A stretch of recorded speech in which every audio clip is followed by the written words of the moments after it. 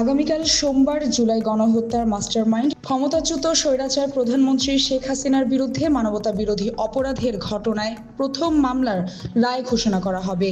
জুলাই গণ অভ্যুত্থানের সময় সংগঠিত মানবতাবিরোধী অপরাধে নিউক্লিয়াস ছিলেন তৎকালীন প্রধানমন্ত্রী শেখ হাসিনা। জুলাই আন্দোলনের সেই উত্তাল সময় ছাত্র জনতাকে হত্যার হুকুমদাতা হিসাবে সব অপরাধের দায় তার প্রসিকিউশন আন্তর্জাতিক অপরাধ ট্রাইব্যুনালে সাক্ষ্য প্রমাণের মাধ্যমে উপস্থাপন করেছে। 5টি সুনির্দিষ্ট অভিযোগের ভিত্তিতে জুলাই হত্যা সংক্রান্ত অপরাধের নিউক্লিয়াস হিসেবে শেখ হাসিনাকে দোষী সাব্যস্ত করে সর্বোচ্চ শাস্তি মৃত্যুদণ্ড দেওয়ার জন্য আদালতে যুক্তি উপস্থাপন করেছে প্রসিকিউশন। খুনি হাসিনার মামলার রায়ের আগের দিন সোশ্যাল মিডিয়ায় একটি স্ট্যাটাস দিয়েছেন বিএনপির মহাসচিব মির্জা ফখরুল ইসলাম আলমগীর।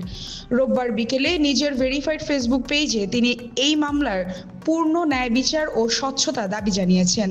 মির্জা ফখরুল বলেন, আগামীকাল বাংলাদেশের আন্তর্জাতিক অপরাধ ট্রাইব্যুনাল শেখ হাসিনার বিরুদ্ধে মামলার রায় ঘোষণা করতে যাচ্ছে, যেখানে গত বছরের ঢাকায় সংঘটিত প্রাণঘাতী সহিংসতা ও দমন পীড়নের ঘটনায় মানবতা বিরোধী অপরাধের 5টি অভিযোগ আনা হয়েছে।